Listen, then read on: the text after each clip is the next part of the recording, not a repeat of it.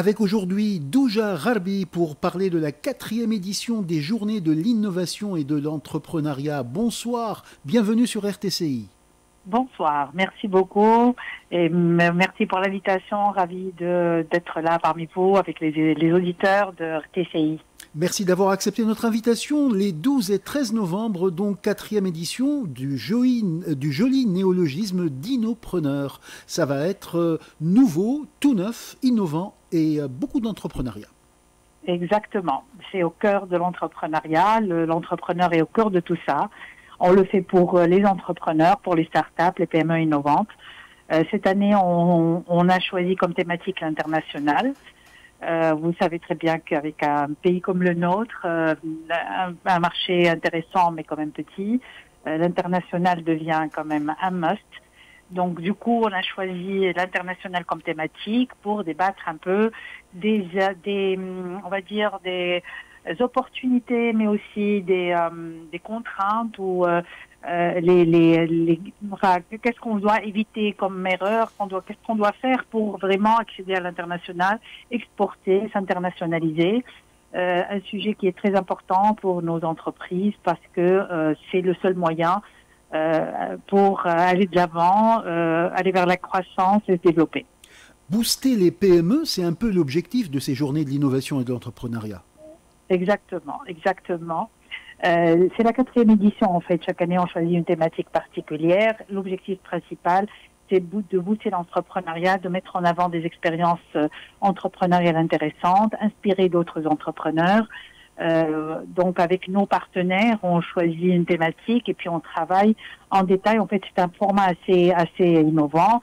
Il y a des formations le premier jour qui sont sous réservation ou inscription, qui vont toucher des sujets directement liés à la thématique. Cette année, c'est l'international. Donc, on va aider les entrepreneurs à comprendre comment s'internationaliser, comment se préparer, évaluer leur capacité à s'internationaliser, enfin, différents sujets de ce type.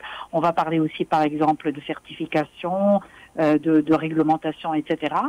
Et puis la deuxième journée, c'est la journée publique, grand public, où on fait des panels pour discuter des sujets différents. Cette année, avec la thématique de l'international, on va parler un peu des stratégies nationales et tout ce qui se fait autour du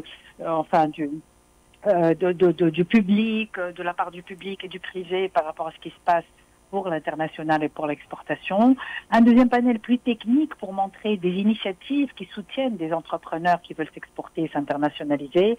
Et enfin, on touche au sujet du moment, c'est le digital qui est au service justement de l'internationalisation et de l'exportation, de la visibilité des entrepreneurs et puis même aussi de la veille sur des marchés qui sont visés par les entrepreneurs. Voilà. Donc, et puis l'après-midi, on continue avec des masterclass, des ateliers, toujours sur des sujets autour de l'international et de l'exportation.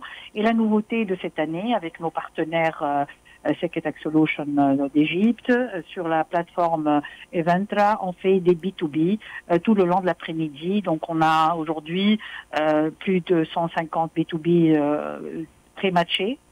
Et donc, il y aura tout l'après-midi qui est réservé aux entrepreneurs qui vont rencontrer d'autres entrepreneurs, des experts, des investisseurs, enfin, tout ce qui est possible qui s'est fait sur la plateforme. En tout cas, il apparaît que vos choix sont très didactiques. Il s'agit véritablement de croiser les expertises et de voir qu'est-ce qu'il en résulte. Exactement, exactement.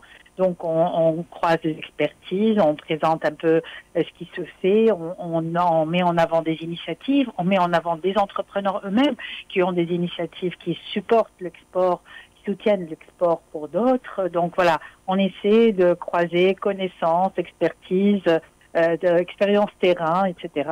Et on a la chance cette année, puisque avec notre programme AfriStart, dans le cadre du projet Kawef, d'avoir des intervenants de l'Afrique et des participants aussi d'Afrique, notamment de la RDC et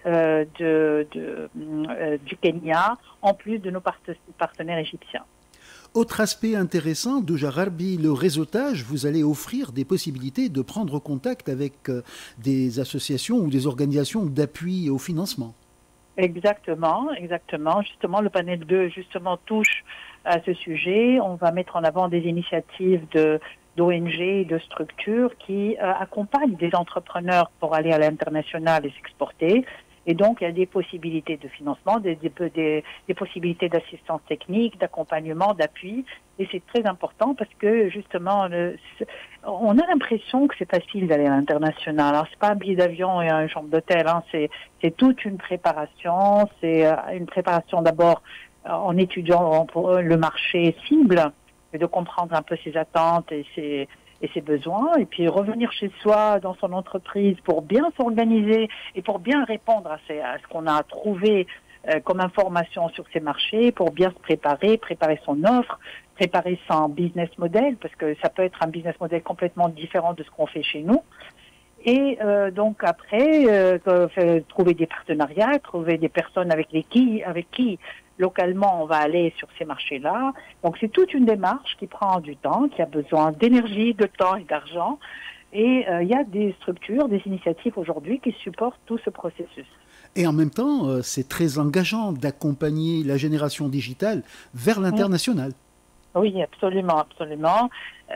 Ils ont la chance d'abord d'être dans une optique un peu moins chère que quand on exporte un produit. Tout est plus facile, mais quand même, il y a des enjeux auxquels il faut faire attention. Il y a des risques, il y a des choses, enfin, il y a beaucoup de choses qu'il faut regarder avant de se lancer sur l'international, et puis assurer un peu ses arrières, avoir des partenariats solides. Voilà, il y a tout, parce que c'est risqué aussi, hein. On ne peut pas être sûr du premier coup qu'on a le bon partenaire. On peut avoir la mauvaise surprise de tomber sur une mauvaise personne, une mauvaise entreprise. Donc ça prend du temps, ça ne se fait pas en une seule fois. C'est-à-dire ça ne suffit pas d'une mission pour concrétiser des choses. Il faut aller un peu plus en profondeur et puis bien étudier l'opportunité, que ce soit au niveau des relations personnelles et professionnelles avec les gens, mais aussi au niveau de ce qu'on va proposer sur ce marché, qui doit être en adéquation avec le besoin de ces marchés-là. Touja Harbi, nous sommes à quelques heures du top départ. Ce sera pour le 12 et 13 novembre. Et la participation s'annonce qualitativement et quantitativement intéressante, remarquable. Exactement. Pour cette 4e édition.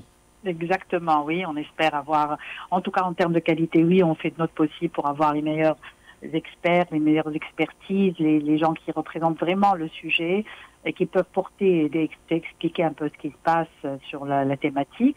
Et puis en termes de quantité, oui, on s'attend vraiment à beaucoup de personnes, Inch'Allah, comme d'habitude. J'espère qu'on aura le même succès que les 3 dernières éditions, j'espère. Merci pour RTCI. Nous croisons les doigts pour vous et nous vous souhaitons plein succès pour ces 4e journées de l'innovation et de l'entrepreneuriat. Merci Touja Harbi. Merci beaucoup à RTCI qui suit toujours nos avis.